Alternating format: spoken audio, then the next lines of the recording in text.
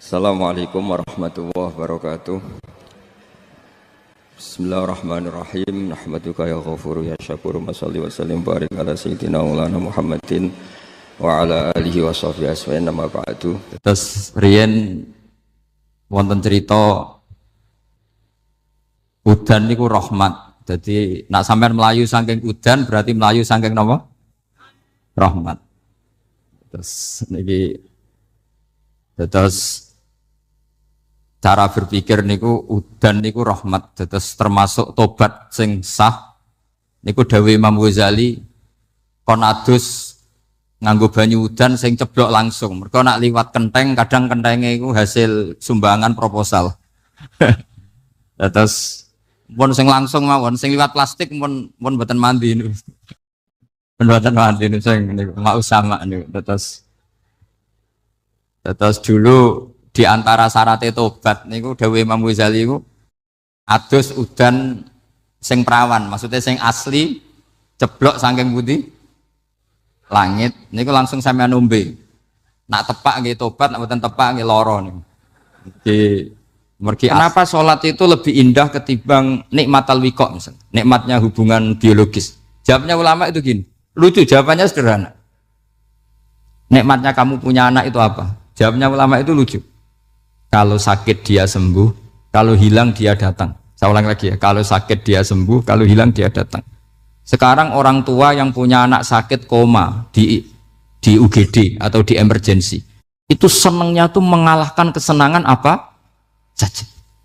Kira-kira orang yang berhubungan intim atau yang hubungan biologis dengan orang yang sedang anaknya sembuh dari koma, senangnya senang mana? Senang yang melihat anaknya sembuh dari koma. Senikmat apapun hubungan biologis, senang anaknya yang hilang ketemu. Nah, kalau anak ketemu saja orang seseneng itu, apalagi kita di surga. Ketemu zat yang lama kita sembah, yang lama kita rindukan, yang lama kita rindu. Kemudian ketemu di surga. Maka tidak ada artinya surga tanpa melihat Allah Subhanahu wa ta'ala. Memang harus dijelaskan secara rohani. Akhirnya orang ngerti bahwa nikmat tertinggi di surga adalah melihat Allah Subhanahu wa ta'ala. Karena kalau anak-anak muda mungkin protes, ya enggak, ya enak kumpul sama widadari gini-gini. Wah itu kan yang trauma bojone jelek gitu. Wah itu yang bojone jelek mesti kesusu masuk surga karena itu sudah jelek, cerewet, nggak mati-mati kan gitu. Terus dia ingin masuk surga mesti niate welek, mesti pikiran pertama itu kumpul widadari. Tapi ada ulama yang bikin analogi tadi, misalnya istri kamu cantik, kemudian anak kamu sakit, koma. Hubungan dengan istri sama dengar berita anak kamu sembuh, seneng mana? Seneng anak sembuh. Sama anak yang hilang, seneng mana? Anak yang hilang ketemu. Maka terus ulama bisa menjelaskan itu. Kalau orang ketemu anaknya seseneng itu, apalagi ini ketemu Tuhannya yang bertahun-tahun disembah, kemudian tidak pernah melihat. Di surga itu nanti kita melihat Allah Subhanahu. Makanya Allah begitu bangganya mempromosikan surga. Surga itu apa? Surga itu wujuhu yauma idzin nadhirah ila rabbiha nadhirah, yaitu wajah-wajah berseri-seri dan melihat apa. Itu tanpa dijelaskan seperti ini Anda akan janggal, enaknya di mana? Tapi setelah dijelaskan detail gini oleh ulama, maka kita akan tahu an-ni'matul uzma sing enggak ada perbandingannya adalah nikmat masuk apa? Surga karena melihat Allah Subhanahu wa ta'ala. Ya jadi saya berkali-kali pokoknya minta sekali, hadil umat harus umat yang rasional, terutama dalam mengemban tauhid. Karena tauhid ini yang disebut kalimah. Sampai Allah mengistilahkan kepada Nabi Ibrahim itu waja'alaha kalimatam baqiyatan fi aqibih. Kalimat tauhid adalah kalimat yang akan abadi di anak cucunya Nabi Ibrahim. Baik anak cucu yang karena gen, mau anak cucu yang karena sebab, yaitu santri dengan kiai. Dan itu caranya gimana? Umat Islam jangan berhenti belajar mantek. Makanya di MGS, di Qudsiyah, di TBS, semua pondok pasti ngajarkan mantek, di Bendan, ilmu logika. Itu tadi, kalau kamu tidak bisa menemukan tauhid dengan cara tadi, dengan cara al-alam mutaghayyir wa kullu mutaghayyir hadis labudan min bukhtis, paling tidak pakai ilmu yang dilakukan Rasulullah SAW. Yaitu masyhur itu, saya sering cerita di mana-mana. Ada orang namanya Jubair bin Mut'im, Muhammad bin Jubair bin Mut'im. Itu dulu dia kafir. Dia orang pinter sampai dipasrai jadi negosiator untuk mengurus tawanan perang Badar yang ditawan Rasulullah SAW. Ketika datang di Medina, delalah pas maghrib, Nabi baca wattur wa kitabim mastur. Di antara ayat yang dibaca Nabi itu am khuliqu min ghairi syai'in. Masa manusia sebanyak ini kemudian mereka diciptakan oleh ketiadaan. Min ghairi syai'in itu oleh ketiadaan. Masa alam raya yang wujud ini, alam raya yang punya eksistensi ini kemudian penciptanya adalah ketiadaan. Padahal wal adamu la yakhluqu wa la yu'assiru wa la kadza wa kadza. Tentu sesuatu yang tidak ada itu tidak bisa dikatakan sebagai pencipta. Wong nggak ada, jadi faktor saja nggak mungkin apalagi jadi pencipta. Itu Nabi habis sholat langsung beliau sungkeman, ya Muhammad, saat ini juga saya iman. Karena logika yang dibangun ayat yang kamu baca itu menghabiskan semua logika saya. Intinya logika tauhid itu akan mengalahkan semua teori non tauhid. Itu yang disebut bal naqdhifu bil haqqi 'alal batili fayadmaghuhu fa idza huwa zahid. Kebenaran tauhid itu akan menghancurkan kekuatan apa saja. Fayadmaghuhu itu di tafsir Tobari disebut dorbatan tasujud dimah. Satu pukulan sing sampai menjadikan otak itu hancur. Lainnya disebut damagho, dimah itu maknanya otak. Maka kamu tidak usah khawatir kalau Islam didiskusikan di Uni Soviet, didiskusikan di Kanada, didiskusikan di Korea. Pasti kalimat tauhid akan mengalahkan kalimatul batil. Pasti ja'al haqq wa zahaqal batil. Innal batila kana zahuq. Tapi syaratnya kita harus kuat. Makanya saya ini senang sekali yang namanya ngaji itu saya senang. Karena saya tadi bercita-cita ingin jadi dosen setelah mati. Karena di dunia sudah tidak jadi apa? Dosen. Saya ingin seperti Imam Amudi. Pertama ketemu Allah, beliau disuruh ngajar malaikat tentang ilmu apa? Matematika yang mengarah ke tauhid. Jadi diajarkan. Kamu tahu angka 2, angka 3, angka 4, semuanya bersumber dari angka 1. Berarti semuanya berawal dari 1. Enggak tahu setelah itu malaikatnya dites lagi apa enggak tahu. Pokoknya pas itu malaikat ya paham semua oke. Kayak apa hebatnya umat Rasulullah Shallallahu Alaihi Wasallam? Karena akalnya kuat. Sehingga kita harus kuat. Sehingga kalimat yang benar disebut kalimatul haqqin alaiha nahya wa alaiha. Nah, kalimat yang salah disebut kaburat kalimatan takhruju min afwahim. Kalimat menjadi kalimat karena diucapkan. Tapi tidak menunjuk hakikat. Kayak ini misalnya, ini tutup, ini putih. Terus saya katakan hitam. Berarti saya mengatakan ini hitam. Sebagai kata-kata karena diucapkan. Tapi tidak pernah menjadi hakikat. Karena hakikatnya ini putih. Itu hebatnya Quran. Makanya Quran kalau gue jelek orang kafir itu, gue jelek orang kafir itu sebut apa? Kaburas kalimatan takhruju min afwahim. Tapi untuk kalimat tauhid dikatakan apa?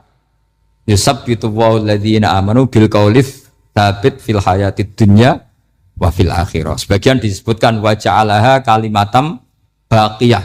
Kenapa kalimat tauhid itu kalimat yang abadi? Karena Allah sebagai Tuhan di dunia juga sebagai Tuhan di akhirat dan selalu Tuhan pada masa yang tidak terbatas. Itu disebut wa ja'alaha kalimatam baqiyah. Kemudian umatnya Nabi mengganti kalimat yang gampang. Allah punya sifat baqo, punya sifat akhir. Maksudnya akhir itu la akhirolah. Terus semuanya. Yang paham ya alhamdulillah, yang enggak paham dikon ngapal wujud kidam baqo mukhalafatul khawadisi qiyamuhu binafsi wahdaniyat kudrat irut. Terus paham. Langkok sing rada alim terus roh bedane iki sifat ma'ani iki maknawiyah. Cara Mu'tazilah ngene, cara ahli sunnah ngene. Wah itu sudah kejlimetan. Sementing pokoknya wujud hitam. Nah, kenapa pertama yang disebut wujud? Karena yang membedakan kita dengan paham ateisme itu ya sifat wujud. Yaitu mereka mengatakan alam raya ini dimulai dari ketiadaan. Wah itu akal mana saja itu nggak bisa nerima masa ketiadaan menciptakan sesuatu yang ada. Maka kata Ibnu Hajar al-Asqalani ketika mentafsirkan mensarai hadis salasun mangkunna fihi wajata halawatal iman. 3 hal ini kalau kamu faham maka menemukan manisnya iman. Manis itu enak. Terus kata Ibnu Hajar al-Asqalani masih ingat betul dalam sarahnya Fathul Bari wa yusamma inda ahlil aql misalnya al-iltizat al-aqli. Agama ini mengajarkan kenyamanan cara berpikir. Coba kalau sampean seorang doktor atau seorang profesor atau seorang pinter, kemudian kamu dipaksa mengimani bahwa alam ini diciptakan oleh ketiadaan, itu bisa tidur gak? Oh, tidak bisa tidur. Sampean misalnya orang pinter, dididik di kampus atau dididik di pondok, alam ini yang wujud, yang menciptakan itu sesuatu yang tidak wujud. Kamu bisa tidur gak kira-kira? Ini guru apa? Ini sarap ini. Mosok hadil maujudat khalaqahal adam, sesuatu yang wujud diciptakan ketia. Tapi agama ini membawa sesuatu yang menyenangkan untuk akal, yaitu hadhil maujudat khalaqaha wajibul wujud.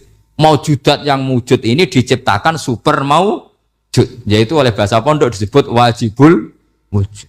Kan terus seneng, wajar dong kalau sesuatu yang ada diciptakan oleh yang ada. Nah tentu ada pencipta, terus ada super, disebut wajibul wujud. Kan terus enak. Nah, itu kata Ibnu Hajar al-Asqalani disebut wajadah halawatal iman. Sehingga kita tidak usah khawatir. Makanya saya itu termasuk orang yang nggak khawatir. Apapun rusaknya dunia ini, kacaunya dunia ini, akan kalah dengan kalimatut tauhid. Karena kalimat ini ketemu apa saja pasti menghancurkan. Yaitu disebut bal naqdhifu bil haqqi 'alal batil fayadmaghuhu fa idza huwa zahid. Kalimat hak ini akan menabrak apa saja. Dan yang ditabrak pasti hancur. Makanya sampai tidak usah khawatir misalnya ada negara ateis di Cina, di Korea. Kita yakin asal yang diteliti itu agama Islam pasti menang. Nah yang susah kalau yang diteliti orang Islam. Itu susah. Karena yang copet kadang-kadang ya umat. Apalagi di negara yang mayoritas muslim, nanti copetnya, premannya, koruptornya, semuanya beragama Islam. Makanya kita hanya punya pilihan dua itu, umat Islam dan Islam yang kumat itu dok. Kalau tidak umat Islam, ya Islam yang kumat. Tapi kalau kalimat tauhid itu kalimat yang aman, tak jamin. Tak jamin 100%.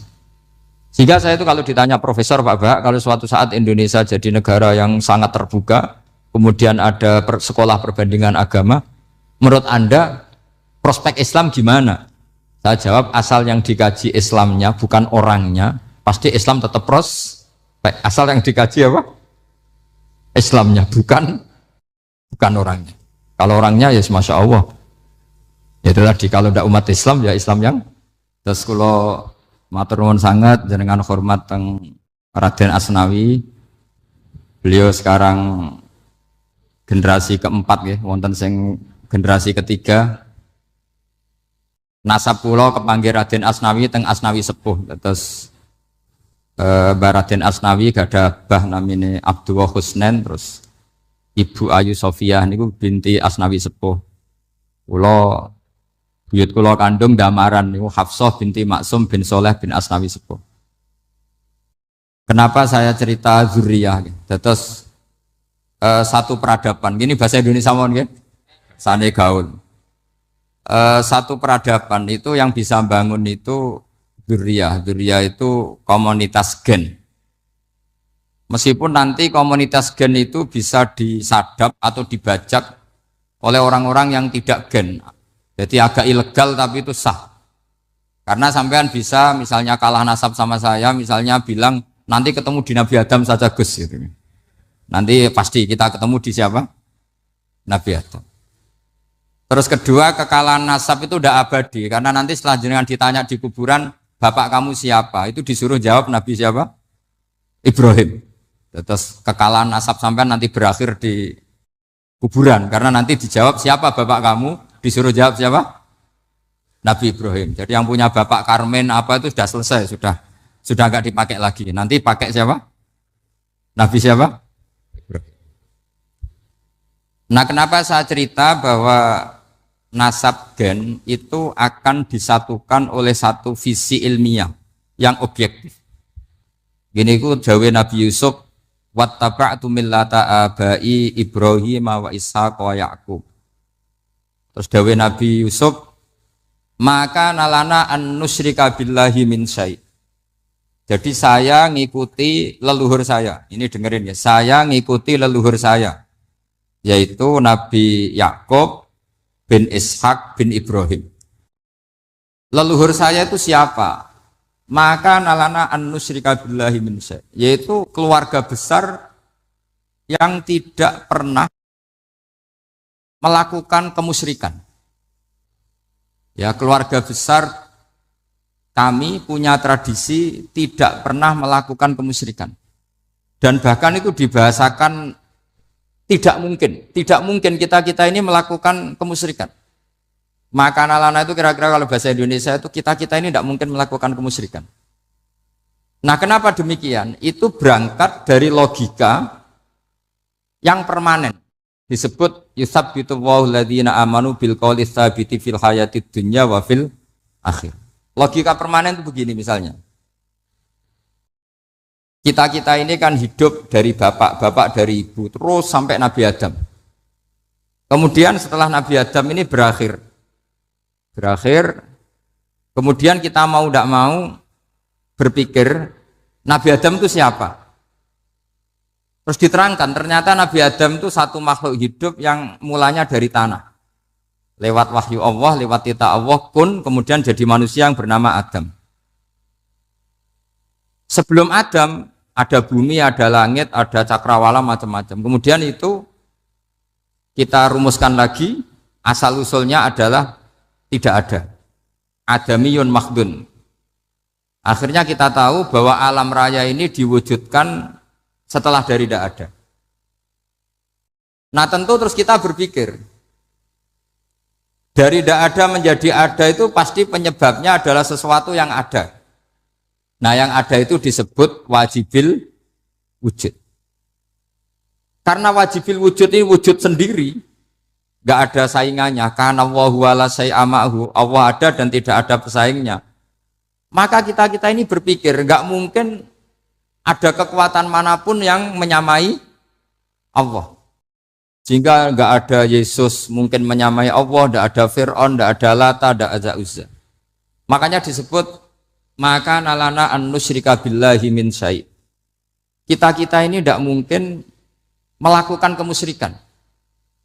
Sama tidak usah tanya saya, Gus, tapi orang menjadi musyrik itu kan mungkin.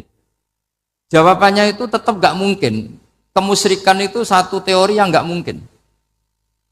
Tapi kalau orang musyrik itu mungkin. Memang akan dilibat. Tapi karena kita kenal Raden Asnawi itu dari sini, ya. Kita punya banyak kitab beliau. Mungkin saya termasuk pernah dulu yang membawa kitab beliau banyak ke Korea. Saya itu beli pesolatan tuh bukan 1, 2 sampai 2 kerdus, 3 kerdus. Itu mulai dulu, mulai saya ngiai sampai sekarang. Tak bawa ke Sragen, ke Solo 3, termasuk tak bawa ke Korea. Jadi mungkin ya ini GR saya ngaji di sini itu barokahnya jualan pesolatan. Tapi bukan jualan yang cari laba enggak, karena tak gratiskan, tapi itu dagang akhirat lah kira-kira gitu. Jadi kalau saya masuk neraka kita era pantas, bakul pesolatan kok masuk neraka gitu, kayak itu nggak pantas itu. Karena saya termasuk orang ya yang cara berpikir itu optimis. Dulu di sini ada orang alim alama namanya Raden Asnawi. Terus kemudian sejarah agak berpolemik, ada yang mengatakan beliau itu muridnya Syekh Nawawi, ada yang mengatakan tidak. Apapun itu yang saya yakini adalah beliau ya saling istifadah lah, saling bermanfaat bagi Syekh Nawawi Banten. Saya punya catatan sejarah banyak tentang Raden Asnawi karena guru-guru kita itu akan ketemu di Syekh Nawawi Banten. Yaitu kita tahu misalnya saya ngaji Mbah Mun ngaji Mbah Zubair misalnya ngaji Syekh Fakih Mas Kumambang, ngaji Mbah Mahfud, terus ngaji Sayyid Abi Bakar Sato, terus ngaji Sayyid Zaini Dahlan. Kalau keluarga sini mungkin misalnya Gus Hafid, Mbah Niam, Mbah Zuhri, terus Raden Asnawi. Raden Asnawi kita tahu nikah dari istri mudanya Syekh Nawawi, yaitu Nyai Hamdana. Saya sering diceritani Mbah Mun, terus Nyai Hamdana punya anak yang namanya Zuhriyah dari Syekh Nawawi. Kemudian setelah dinikahi Raden Asnawi punya anak namanya Zuhri, Minan, Ni'am, terus sampai ke Gus Hafid, Hafid bin Ni'am. Kenapa saya cerita ini? Karena kealiman itu adalah sesuatu yang dibanggakan Allah. Imam Amudi itu ulama ahli matematika. Jadi ada ulama itu ahli matematika. Dia nggak pernah ngajarkan pesolatan, zakat, sholat, tapi dia ngajar matematika. Kemudian dari matematika itu beliau menjadi ahli tauhid. Sehingga nanti Mungkar Nakir itu nggak akan tanya dia marabbuka wa manabuka, karena dia punya rencana. Yang ngajar tauhid itu saya, katanya. Jadi kalau dia akan marabbuka, pangeran kamu itu siapa? Malaikat malah dilawan. Kamu pernah ngajar tauhid? Saya ini guru tauhid. Singkat cerita, saking keramatnya Imam Amudi, kata Allah, ya Amudi, presentasikan ilmu tauhid yang lewat jalur matematika ke semua malaikat saya. Semua malaikat saya tahu cara berpikir matematis. Karena malaikat itu imannya itu iman mauhibah, karena dia malaikat, ya iman karena tahu neraka, tahu surga, terus dia iman. Kalau kita enggak, kita iman tuh pakai logika, jadi lebih keren. Loh betul. Malaikat itu ketika bangga, ya Allah, apa ada orang yang imannya di atas kita? Jawabnya Allah ada. Siapa? Ya orang-orang kudus, kata Allah. Kira-kira gitu. Kenapa? Ya betul. Karena kamu iman saya itu wajar, kamu tahu saya. Tapi mereka nggak tahu saya, tapi iman. Kenapa bisa iman ya Allah? Karena mereka punya logika, punya akal. Akhirnya Imam Amudi disuruh sama Allah presentasikan logika tauhid kamu lewat jalur matematika. Malaikat disuruh dengerin semua. Isma'u ya malaikati, ini mimpinya wali. Terus Imam Amudi mulai mengajarkan nisbatul isnaini ilal wahid wa nisbatus salasa wal arba'ah ila ma la nihayatalah, niku binisbatin wahidah, yaitu far'un minal asli wa huwa al wahid. Mbok angka sebanyak apapun 2, 3, 4 sampai 1 miliar, itu nisbatnya ke angka 1 adalah nisbatul far'i ilal asli. Semuanya berasal dari satu. Maka hadhil awalim atau hadal alam ila ma la nihayatalahu, tetap semuanya ini cabang dari satu, yaitu wujud dari satu, yaitu Allah Subhanahu wa ta'ala. Sehingga semenjak itu ditiru sekian ulama. Akhirnya malaikatnya mantuk karena kepastian kalau Allah satu yang diyakini malaikat itu sepasti logika yang dibangun orang-orang manusia ini, padahal tidak ngerti Allah Subhanahu wa ta'ala karena pakai akal. Sehingga di pondok itu orang harus ngerti mantek. Orang mantek itu ilmu yang jelimet tapi menyenangkan. Biasanya sing sinau ambek rokokan, sawangannya kayak filosof. Jadi paling gak agak paham dia alasan. Penting nikmati rokok, tak pikir nikmati pemikirannya, ternyata nikmati rokok. Kayak kemarin saya datang ke resepsinya Gus Agil, saya itu tertawa terus karena dengerin Habib Mutahar. Saya membaca bahayanya rokok, setelah tahu bahayanya saya berhenti membaca. Tak pikir itu kan setelah tahu bahayanya saya berhenti merokok, ternyata enggak. Saya baca bahayanya apa? Merokok. Setelah saya baca, maka saya berhenti membaca, gitu. Bukan berhenti merokok. Itu ilmu kelas tinggi seperti itu harus mantap. Pernah beliau ditegur dokter, Beb, kalau rokok terus nanti mati. Tenang saja, saya masih bawa korek. Dikira itu kan orangnya yang mati, ternyata beliau enteng saja. Santai aja dok, saya masih bawa korek. Jadi saya bukan nyarankan santai rokok, tapi orang rokok itu memang punya logikanya sendiri. Kalau Banafek Hajen itu masih pernah bahasa juga. Karena Banafek juga turunan Mbah Mutamakin. Hak, rokok itu haram tau ora? Nak cara kula darani haram sebuti bah. Lah iya, nak haram ya bener aku. Mulane tak obong, barang haram apike diobong. Jadi saya tuh saya sama orang-orang sepuh itu tidak pernah menang. Jadi apa ya? Mereka itu orang yang sudah lama gimana ya? Mau dikatakan bulat itu ya, tapi memang nggak pernah kalah mereka. Ada satu kiai, masih misananya Banafek. Ini rokok 2 katanya. Bagi yang nggak ngerokok berarti membiarkan 2 haram masih. Bagi yang merokok berarti mengurangi haram. Kalah lagi saya. Jadi saya tuh pernah dibully 2 mbah saya. Karena 2 mbah saya ini rokok semua. Akhirnya saya sing nom ngalah gitu. Karena saya tidak mungkin bilang sing waras ngalah karena kalah sepuh gitu. Jadi ya sudah, mau tidak mau harus bilang sing nom.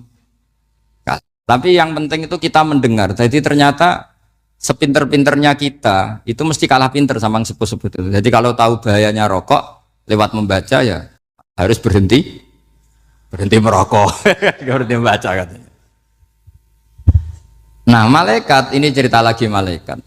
Saya memang dari awal niat hormat Raden Asnawi karena buyut-buyut beliau itu ketemu di buyut saya. Saya ini turunan Mbak Asnawi sepuh. Terus cuma buyut saya itu nikah Lasem, terus saya keceluk cucunya keluarga Lasem. Sebenarnya saya juga cucu Kudus. Tapi terus alhamdulillah sekarang kembali karena buyut saya menyuruh saya ngajar di Damaran, terus sampai sekarang saya ngajar di Damaran. Tapi buyut saya itu masih lahir di Damaran. Namanya Mbak Hafsah, itu Hamsah binti Maksum bin Soleh bin Asnawi sepuh. Sama seperti nasab di sini Raden Asnawi, Mbak Abdul Husnan, terus Nyai Ayu Sofiyah, terus Mbak Raden Asnawi. Saya mau cerita, jadi ilmu itu lebih keren kita. Sehingga Rasulullah SAW pernah ngendikan, saya ini rindu sekali li ikhwani. Kata Nabi itu ikhwani. Kata sahabat bilang, alasna ikhwanaka ya Rasulullah. Bukankah kita ini saudara kamu? Saudara engkau ya Rasulullah. Tidak, antum ashabi, kamu itu sahabat saya. Siapa teman-teman kamu itu ya Rasulullah? Yaitu kaumun yang tidak melihat saya, kemudian iman kepada saya. Jadi mereka seperti kita semua di Kudus ini tidak melihat Rasulullah SAW, tapi iman sama Nabi. Dan ketika malaikat yubahi bikum malaikah, Allah bangga dengan malaikatnya, membanggakan kita. Sampai malaikat tuh sentimen, kok bisa ya Allah? Ya karena tadi, kamu iman sama saya wajar, karena kamu melihat surga, melihat neraka, melihat aras. Sementara orang Kudus coba ngelihat apa? Paling simpang 5, apa simpang 7 itu. Tapi imannya nggak kalah dengan malaikat. Kenapa nggak kalah? Karena tadi kita diajarkan bahwa nisbatul isnaini wassalasah wal arba'ah ila ma la nihayatalaha itu sama-sama nisbatul far'i ilal asli. Tetap yang asli adalah angka 1. Jadi nggak mungkin aslu hadhil asya nggak dari Allah itu, nggak mungkin. Tetap dari zat yang satu. Kemudian tentu ini bukan nisbatul walad ilal walid, anak ke bapak tentu enggak. Tapi nisbatul khaliq sama makhluk. Tapi apapun itu pasti satu. Sehingga Imam Amudi akhirnya masuk surga lewat jalur itu. Tidak usah lewat pertanyaan man rabbuka wa man nuka. Kelasnya disuruh ngajar malaikat. Saya punya rencana jadi pengajar malaikat nanti itu kan. Jadi orang-orang Kudus yang dapat barokahnya Raden Asnawi nanti jangan mau kalau ditanya man rabbuka wa man nuka. Kelasnya itu harus apa? Jadi gurunya malaikat. Karena bapak kita Nabi Adam itu keren. Nabi Adam itu adalah orang yang disuruh Allah dipresentasikan, dibanggakan Allah di depan para malaikat. Ketika ada malaikat yang agak hasut, tapi itu tidak malaikat papan atas, malaikat yang kebanyakan. Itu kan agak terima Nabi Adam jadi apa? Khalifah. Sampai malaikat ini usul ataj'alu fiha mayufsidu fiha wasfikut. Makanya kalau saya protes sama malaikat itu malaikat yang ini, bukan Jibril sama Israel. Kalau protes Israel bahaya. Bisa dihabisin. Saya pernah ditanya seorang kiai, Gus jenengan gojlok malaikat kok berani? Ya karena malaikat yang jenis ini pernah gojlok Nabi siapa? Adam. Enggak percaya kalau Nabi Adam itu layak mimpin sampai protes ataj'alu fiha may yufsidu fiha wasfikut. Tapi apa yang terjadi? Allah mengajarkan satu ilmu di Nabi Adam kemudian disuruh meresentasikan. Qala ya Adamu ambihum bi asma'ihim. Adam, coba kamu presentasikan ilmu kamu. Setelah Nabi Adam fasih mempresentasikan ilmu, kata Allah, kamu bisa enggak sepinter Nabi Adam? Enggak bisa ya Allah. Makanya sudah saya bilang, ini a'lamu malah. Saya lebih tahu siapa yang layak mimpin. Jadi layak mimpin itu pertama harus kuwatul ilm. Ilmunya itu harus kuat. Nanti saya akan cerita hubungannya Raden Asnawi dengan Syekh Nawawi. Apa itu hubungan teman, apa murid guru, itu memang masih jadi polemik sampai sekarang. Kalau saya ya keyakinan saling istifadah. Ini bahasa netral, tidak murid guru tapi saling apa? Istifadah. Kata Syekh Nawawi dalam tafsir Munir itu, ilmu itu nomor 1. Sehingga beliau setiap ada ayat fa inna hisballahi humul ghalibun, beliau pasti menafsiri bil hujjah wal barohin la bis saulah. Saya masih ingat betul takbirnya, memang saya hafalkan. Tapi bukan untuk modal pidato, bukan modal sebagai wong alim. Kalau pidato gampang. Pidato itu semua orang bisa. Kalau jadi orang alim itu tidak gampang. Lebih susah lagi wong alim berpidato. Itu kalau nggak pernah mbah saya tidak mau. Karena memang saya terkenal nggak suka pidato. Satu memang nggak bisa. Nomor 2 tidak ingin. Nomor 3 ya rugi.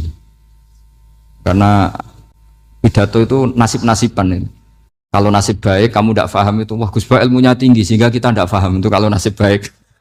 Kalau nasibnya tidak baik, nak ngendikan bulat sama paham, itu tepak-tepakan. Dan Syekh Nawawi itu benar, Raden Asnawi juga benar, semua guru-guru kita benar. Karena agama ini sebetulnya bukan masalah negara, tapi masalah logika yang sehat. Uni Soviet itu pernah mengkooptasi Uzbek, Ceknya, Tajikistan, itu 100 tahun. Orang dipaksa ateis. Tapi orang-orang Uzbek, saya sering ketemu lama Uzbek, kadang ketemu di Korea, kadang di Malaysia. Orang-orang Uzbek itu punya basement di bawah tanah. Kemudian di bawah tanah ini mereka ngajarkan tauhid. Ngajarkannya ya gampang. Misalnya ini sesuatu yang ada, ya ini. Ini ada penciptanya enggak? Ya ada. Siapa? Tukang katanya. Yang penting itu enggak ada logika bahwa sesuatu yang ada disebabkan oleh ketiadaan. Lah orang komunis, orang ateis itu orang yang mengatakan alam ini didahului oleh nihilisme, oleh adamiyah. Masuk akal enggak sesuatu yang ada, penciptanya sesuatu yang tidak ada. Sehingga orang anak-anak Uni Soviet itu enggak pernah kepikiran membenarkan ateis, itu enggak pernah. Bareng Uni Soviet ada itu Glasnost Perestroika itu kemudian hancur, semuanya langsung menjadi negara Islam, termasuk Uzbek, Tajikistan, karena diajari ilmu, bahwa ilmu itu yang nggak pernah kalah oleh negara. Sehingga saking pedenya Rasulullah SAW ketika Sulhul Hudaybiyah, ini agak jelimet tapi gampang dicerna. Sulhul Hudaybiyah itu satu perjanjian yang semuanya merugikan Rasulullah. Yaitu kalau orang kafir masuk Islam disuruh kembalikan ke kafir, karena kafir itu bagi mereka habitat, Islam itu hal yang baru. Tapi kalau orang Islam menjadi kafir, nggak boleh kembali Islam, berarti kembali ke habitat. Semua perjanjian itu merugikan. Sampai masyhur Sayyidina Umar protes ke Rasulullah, jenengan masih nabi. Itu kan ekstrim tanya. Jenengan sampai sekarang masih nabi? Ya, saya masih nabi. Kenapa tanya demikian? Karena semua perjanjian merugikan Islam, menguntungkan orang apakah? Kafir. Semua sahabat sebetulnya persis Sayyidina Umar protes, kecuali Abu Bakar. Lama-lama akhirnya di antara perjanjian itu berbunyi begini. Tapi saya minta satu hal. Orang boleh mendiskusikan Islam tanpa tekanan. Itu saja permintaan Nabi. Orang boleh mendiskusikan Islam secara bebas, tidak tertekan. Karena orang-orang kafir melihat itu hal yang biasa. Ya nggak masalah Muhammad. Akhirnya orang diskusi. Islam itu apa sih? Islam itu orang yang menuhankan Allah. Allah itu siapa? Zat yang menciptakan langit dan bumi. Lama-lama orang kafir berpikir, wah keren. Tuhannya Muhammad bisa bikin langit dan bumi. Nggak kayak Tuhan kita, malah kita yang bikin. Jadi mulai debat itu mulai. Terus ada yang cerita lagi. Saya pernah loh nyembah Lata, pas itu dikencingi luwak. Masa ailahun yabulu ali sa'laban, masa Tuhan kok dikencingi luwak? Yang agak-agak ahli kitab ya diskusi lagi. Wah kayaknya Yesus tidak Tuhan. Masa Tuhan kok kelaparan, lemes, wah repot nanti. Jadi makanya Allah ketika ngejlok wa ummuhu siddiqah kana yakulani ta'am. Mal masih ibnu Maryam illa rasul qad khalas min qablihir rusul wa ummuhu siddiqah kana yakulanit. Coba paradok enggak misalnya. Kamu didolani Nabi Isa terus ketok lemes. Kenapa Tuhan? Saya agak sakit keroi dulu. Kan enggak kebayang itu. Punya Tuhan yang sakit setelah makan sehat terus. Kan enggak kebayang seperti itu. Ketika Nabi punya konsep Tuhan, Tuhannya Muhammad itu siapa? Yaitu zat yang la awalalah, zat yang pertama. Lalu Tuhan itu siapa? Tuhan itu yang menciptakan langit bumi. Tuhan itu siapa? Yang memulai segalanya. Lama-lama mereka berpikir, wah kalau gitu yang benar itu Islam. Maka kata Imam Zuhri, Syihabuddin Az-Zuhri, famaka nafathun fil islami a'zoma min sulhil Hudaybiyah. Innamaka nasu yatafaduluna fil hadis wal munaza'ah. Semua teks riwayat itu ada kata wal munaza'ah. Orang bebas ngomong dan berdebat. Munaza'ah itu berdebat. Terus akhirnya falam yatakallam ahadun bil islami yaqilu syai'an illa dakhala fihi. Kemudian setelah berdebat dan mereka tahu Islam pasti akhirnya masuk. Dan itu yang sekarang terjadi di dunia. Makanya saya pernah ditanya seorang profesor, Gus, kalau di Jogja ada sekolah perbandingan agama, menurut Anda gimana? Asal itu tentang agama, enggak apa-apa. Tapi kalau yang dibandingkan umat Islam itu jangan. Karena nanti kalau di Indonesia kira-kira yang copet itu ditanya agamanya juga Islam, yang koruptor juga Islam. Jadi kalau yang dikaji Islamnya enggak apa-apa, tapi orangnya jangan, kata saya. Karena yang bulat ya banyak, yang enggak sholat ya banyak. Tapi kalau Islamnya saja, misalnya adu konsep tentang Tuhan. Masyhur kita mungkin banyak yang melihat itu debatnya Stanley Fischer sama Ahmad Didat itu. Tuhan kamu siapa ini itu sama Didat cerita Tuhan saya itu lam yalid walam yulad walam yakul lahu kufuwan. Itu spontan ada seorang mahasiswi bilang, sepertinya Tuhan Anda lebih menarik. Karena Tuhan Anda yang menciptakan langit bumi, yang Tuhan ini kok lahirnya sudah di bumi, masa lahir-lahir langsung jadi Tuhan. Jadi akhirnya falam yatakallam ahadun bil Islam yaqilu syai'an illa dakhala fihi.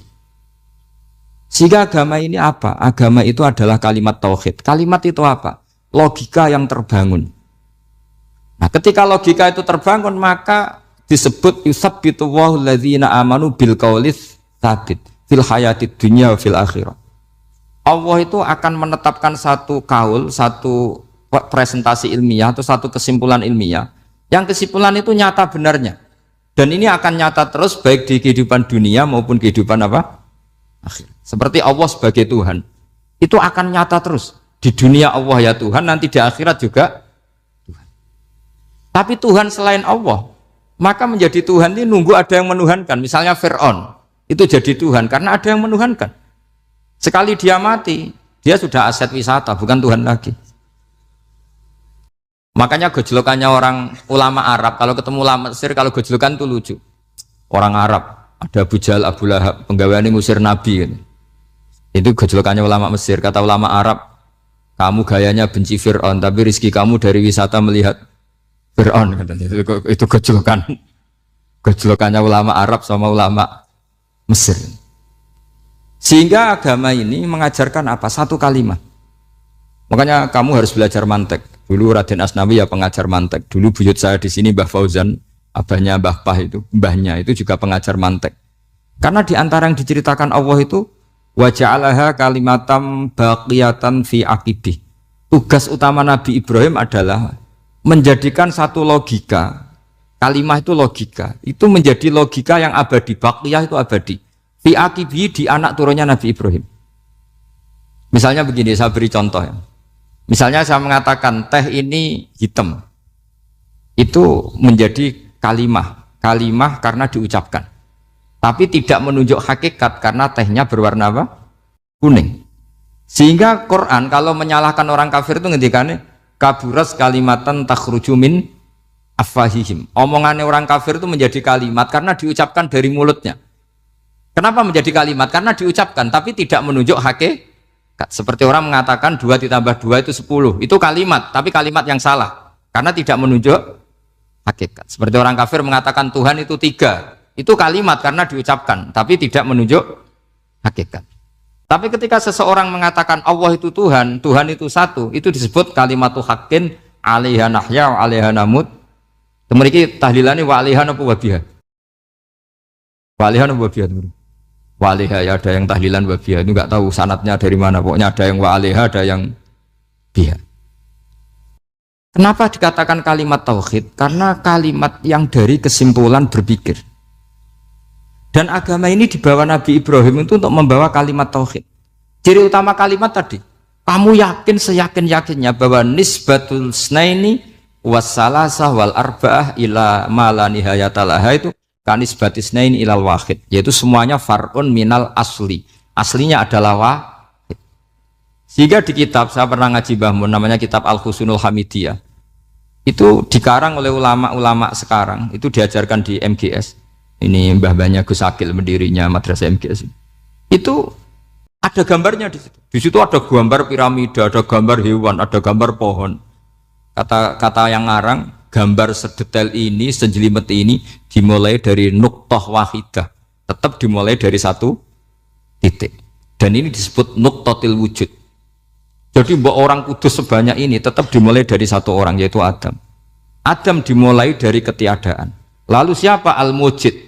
Pewujudnya siapa? Hanya Allah Subhanahu wa ta'ala. Sehingga ulama-ulama termasuk Syekh Nawawi itu paling suka ngendikan semua makna Quran dikumpulkan di Fatihah, Fatihah dikumpulkan di Bismillah, Bismillah dikumpulkan di ba, karena di ba itu ada titik nuqtatil wujud, yaitu disingkat bi kana makana wa bi yakunu ma yakun. Karena saya, kata Allah, semuanya akan ada, dan karena saya yang enggak ada, semuanya suatu saat ada. Disebut nuqtatil wujud.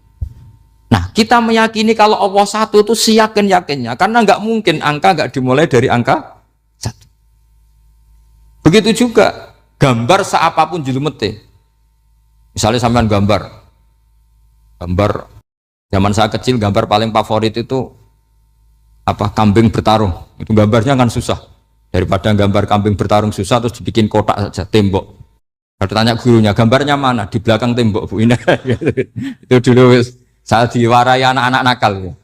Jadi semua satu gambar itu disuruh gambar harimau, yang satu disuruh gambar kambing bentrok, yang satu disuruh gambar matahari. Semuanya kotak semua. Ini itu, Bu, gambarnya di belakang apa? Tembok. Maka nggak kelihatan kata sih. Jadi gurunya kalah cerdas. Yang guru itu sebenarnya nggak pernah menang, karena murid itu lebih pinter. Itu teman saya dulu kalau ngaji itu, kalau tes itu ngerpek baca, gurunya marah, kamu tes kok baca? Enggak ngerpek, Bu, ini belajar di kelas. Katanya belajar kapan saja di mana saja. Acuh. Jadi apa ya, orang itu kadang yang salah itu lebih masuk akal kadang-kadang ini. Saya teruskan ya supaya ini dapat barokahnya Raden apa? Asnan. Saya mohon sekali ya, kalimatul haqqin itu harus kamu jaga. Caranya jaga ya tadi. Kalau kamu tidak bisa ilmu mantek, misalnya al-alam mutaghayyir wa kullu mutaghayyir hadis la budda min muhdits, itu kan jelimetan. Pakai saja teori umum bahwa gambar apapun jelimetnya itu dimulai dari satu titik. Karena nggak bisa, nggak dimulai dari satu titik, tidak bisa. Maka alam apapun jumlahnya nggak terhingga, tetap dimulai dari al-wahidul qahar, yaitu satu titik. Yaitu dalam konteks tauhid tentu itu Allah Subhanahu wa ta'ala. Sehingga Nabi Ibrahim itu orang paling sukses bikin waja'alaha kalimatam baqiyatan fi aqibi. Terus Nabi Muhammad begitu, sahabat begitu, sampai kita sekarang diajari ilmu mantek. Ilmu mantek itu logika yang enggak terbantahkan. Karena mau tidak mau. Kata Imam Syafi'i, fa innal uqula muttarratun ila qabulil haq, karena akal akan dipaksa menerima kebenaran. Dan itu yang terjadi di Uni Soviet. Dikooptasi 100 tahun untuk berfaham ateis, dilawan oleh ilmu, tetap menanamkan ilmu tauhid, ilmu mantek.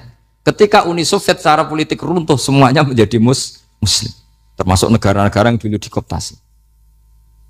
Maka kamu tidak usah kecil hati di Indonesia, apapun rusaknya negara ini, asal kita cara bertauhid benar, insya Allah tetap meninggal husnul khotimah. Karena sudah janjinya Allah, yusabbitu walladzina amanu bil qaulits tsabit. Sing jelas itu nomor satu tuh al qaulits tsabit. Memang itu logika yang masuk akal. Jadi jangan kira semua orang ditanya amar rabbuka, ndak. Banyak ulama yang enggak ditanya, masyhur itu dalam cerita keramat-keramat. Ada guru tauhid ngajarin tauhid. Setelah ditanya mungkar nakir, Imam Malik datang. Kamu nanya ini, man rabbuka man nabiyuka, kamu tahu ini guru Umul Barohin yang tukang ngaji tauhid. Guru tauhid kok ditanya apa? Tauhid. Malaikatnya enggak jadi tanya. Dan saya percaya cerita-cerita seperti itu karena secara umum itu ala inna auliya Allahi la khaufun alaihim walahum yahzanun lahumul busyra fil hayatid dunya wa fil akhirah. Artinya kalau wali itu kok ditanya mungkar nakir berarti ngalami ketakutan. Karena di situ kan digambarkan mungkar nakir itu sewangar, bawa godam.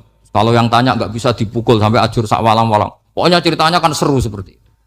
Berarti kalau betul begitu terus ayat la khaufun alaihim walahum yahzanun kayak apa?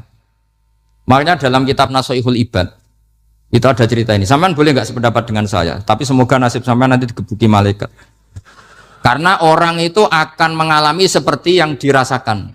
Anak indadzoni abdibi. Saya tidak bayangkan akan mengalami itu.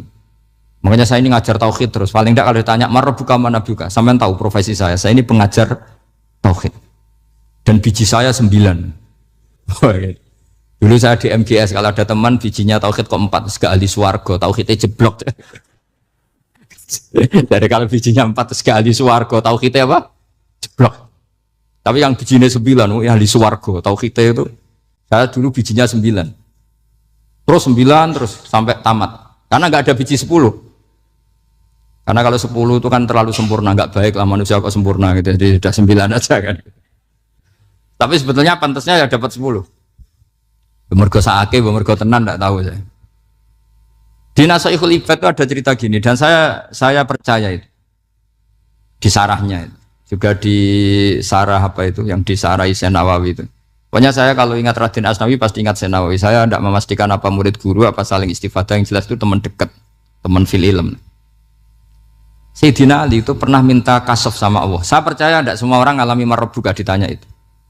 Ya Allah, saya minta kasaf itu ngerti alam gaib. Ingin tahu Umar. Jadi diam-diam Sayyidina Ali itu ya mangkal sama Sayyidina. Wong kok keras ngon. Angger wong kok tahu disentak, jajal wani nyentak malaikat Torah itu kata Sayyidina. Jadi dia minta kasaf karena kenangannya dia melihat Umar itu semua orang pernah disentak sama Sayyidina Umar itu. Sayyidina Ali minta kasaf, ya Allah saya ingin melihat Umar menghadapi mungkar nakir. Masih garangkah apa enggak? Itu dah itu tidak. Minta kasaf. Pas kasaf beliau bangun dari kubur duduk. Dilihat sama Sayyidina Ali ini ngalami kasaf. Sama ndak usah tanya. Ndak wali kok tanya. Ya sudah pokoknya percaya aja. Akhirnya malaikat mungkar nakir datang. Itu di situ digambarkan matanya itu kalkidril mughalla kayak apa itu panci yang dibakar. Wah, so seru. Sumpah nang Sayyidina Ali. Baru ini kamu akan takut gitu. Tapi ternyata enggak. Umar bangkit disentak orang tua itu. Kamu tahu menghadapi siapa? Yang sopan. Oh, ada sontak. Kewaget malaikatnya itu karena nggak pernah ngalami disentak. Mungkin itu pertama. Kewaget. Memangnya kamu siapa? Saya ini teman kekasih Tuhanmu. Saya yang diandalkan temannya sebenarnya bukan dia. Ana sohibu habibillah. Saya ini temannya kekasihnya Allah. Jadi dia ngandalkan temannya sebetulnya bukan ngandalkan dirinya. Oh kamu temannya Nabi Muhammad? Iya saya Umar temannya Nabi Muhammad. Kamu harus hormat sama temannya kekasih Allah. Terus mulai itu. Akhirnya matur Allah. Ya Allah, apakah prosedur seperti ini bisa dinego? Terus sama Allah. Oh iya katanya. Kamu kalau menghadapi kekasih saya ya jangan seperti itu katanya. Semenjak itu beliau sopan santun dua mungkar nakir itu. Jadi ini berita gembira. Jadi sebetulnya itu enggak. Tapi kita ini kan enggak punya nyali nyentak mungkar nakir. Semoga dengan gelar kita doktor tafsir, doktor tauhid gitu, atau paling enggak guru kutsiyah tauhid gitu. Atau siswa terbaik dalam materi tauhid. Itu harus kamu bawa status. Jadi sehingga nanti ini saya ranking 1 tauhid, masa masih ditanya marbuka waman nabi. Dan itu menurut saya sah. Sama enggak usah protes takbirin gitu, susah usah takbiran. Pokoknya takbirnya adalah wali-wali itu la khaufun alaihim walahum ya, mereka tidak akan mengalami ketakutan baik kehidupan dunia maupun kehidupan akhir. Bahkan para malaikat itu mengatakan ke wali-wali nahnu awliyaukum fil hayatid dunya wa fil akhir. Kita ini teman kamu, saudara kamu, mitra kamu. Masa mitra kok nutui itu kan nggak fair. Dan menurut saya paling efektif itu apa? Kamu harus punya rumus tauhid kayak Imam Amudi menemukan Tuhan. Imam Amudi itu menemukan Allah itu lewat ilmu matematika. Dan itu Allah saking senengnya disuruh ngajari para malaikat. Wa ya malaikati isma'u. Kamu harus mendengar, ini orang alim saya yang ahli matematika. Tapi justru itu ngerti bahwa asal usul alam itu minal wahidil qahar. Dari zat yang satu.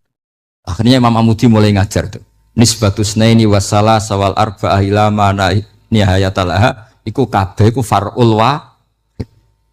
Akhirnya malaikat mantuk-mantuk. Nah, iman seperti itu akan setingkat keyakinannya dan keakurasiannya sama dengan imannya para malaikat.